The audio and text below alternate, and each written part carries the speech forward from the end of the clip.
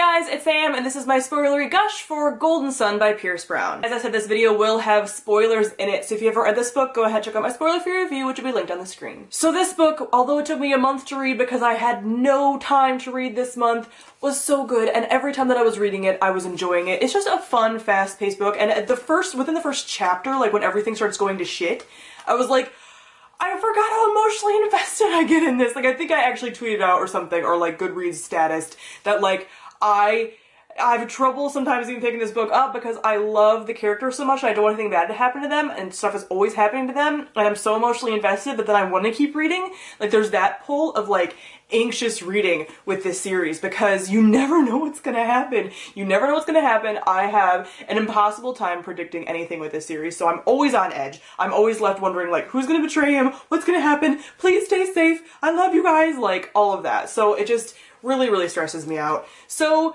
this was a whole book of backstabbings, man. Like, this is just Game of Thrones in space. It's Game of Thrones in space because there's so much conniving and so much backstabbing, and the Jackal and Pliny and Augustus and Darrow and Roke and all of them just and Darrow backstabbing Lauren and all the Intactus, and can you all calm down? There's so much. Can you just chill? Like, I can't breathe. I can't catch up. There's so much going on. Please stop. So I mentioned in my review that I just love seeing Darrow succeed, and he's one of the few characters that I read about where I'm like cheering for him, because when he is being conniving, I love it. And I'm just like, yes, use your smart brain to like get these people, and I just love it. I'm always cheering him on, and all the twists and the things that he comes up with just make me so happy because I just don't see it coming at all. And I really enjoyed his interactions with some different characters, like his relationship with Vitra and Ragnar, I'm pretty sure his name's Ragnar, popping up. I love him. My little sweet BB, and I want him to be happy as well because I'm just like, you're so precious. So that's really great, and they're like how he's really trying to just be this revolutionary and all this stuff. And I didn't see, obviously, is it Filchner? Fitchner. I read these like names and then they don't actually go to my brain. I just read like the first couple letters and then I know what name it is. Do you guys do that?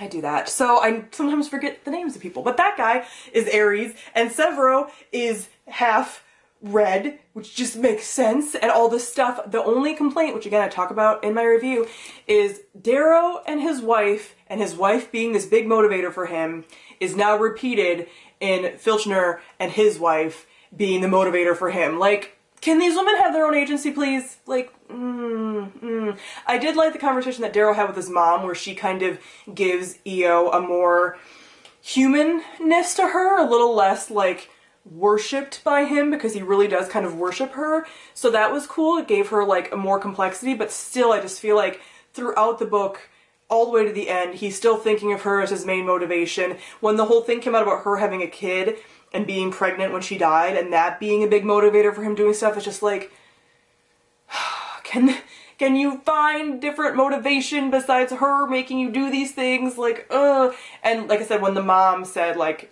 I think I was always worried that she loved to fight and she was gonna make you fight her battles. Like, I still feel like that's happening with him a little bit. Like, even though he's taking on a little bit more of things than he used to, it's still, she's brought up a lot in the narrative. I'm just like, can we stop with this? Like, I don't like the dead wives being the motivators for the dudes. I don't like that at all. Otherwise, I love this. There's so much stress, there's so many twists and turns that I can't even predict. I figured the Jackal was gonna end up being an asshole and just completely screwing them all over, but I didn't exactly know how. And Roke, I will not forgive you. Like, I just miss, like, baby Pax and, like, all the nice things. Like, Red Rising was so nice in comparison without all this backstabbing all the time. Like, of all people. I mean, I kind of knew that something might happen with him because I kept mentioning, like, mend this bond, blah, blah, blah, and they didn't. But, like, Tactus betrays him at the beginning and Roke betrays him at the end, and it's just like, why? So I'm stressed out. I know he's probably going to get out of it, and I almost have a hope that him and Cassius are going to come together in the end because they were so close in the first book. And it's kind of stupid, honestly, like how much the Bologna family, is it Bologna? They sound like baloney. Bologna. Whatever. It's dumb how against Darrow they are. Like, I get he killed your kid, but your kid killed someone else's kid. Like, they all killed, like, you all killed somebody in the little arena. What was he supposed to do? Roll over and die? Apparently, that's what they thought he was supposed to do. But, like, can we stop? Can we stop? And I guess Cassius is mad because it's like, you lied to me, blah, blah, but, like, what was he supposed... That's a whole thing from Red Rising. But it's just, like, this whole blood feud's kind of stupid.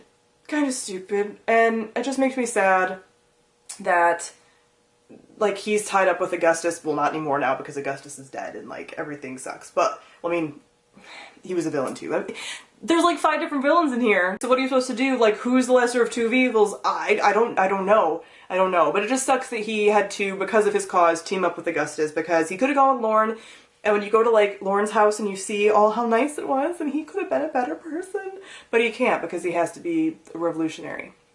So, but yeah, the ending I just didn't see coming, and I'm like, what is going on? And I was not ready for the cliffhanger emotionally. Like, I'm never ready for this series emotionally, but I was even less ready for a cliffhanger, and I don't have the last book, and I'm probably not going to get to the last book before the end of the year just based on my schedule, so it's like, ugh. Same. And the next book in the series, because apparently they're adding on to the series, or it's a companion, I don't know, is going to be out in January, and it's just like, no, I'm not ready emotionally for this. But these books are just good fun, and I really enjoy them. And it's so much more than I thought it was going to be, and I just don't know what's going to happen now, because he's losing all of his friends. At least he still has Ragnar. Is his name Ragnar? Pretty sure his name's Ragnar. At least he still has him and Severo and Mustang. But, like, Vitra and Lorne are dead. And Roke is a douche, and I don't know what to do. So comment down below and let me know what you thought of Golden Sun. Thank you all for watching, and I'll see all of you guys soon. Bye!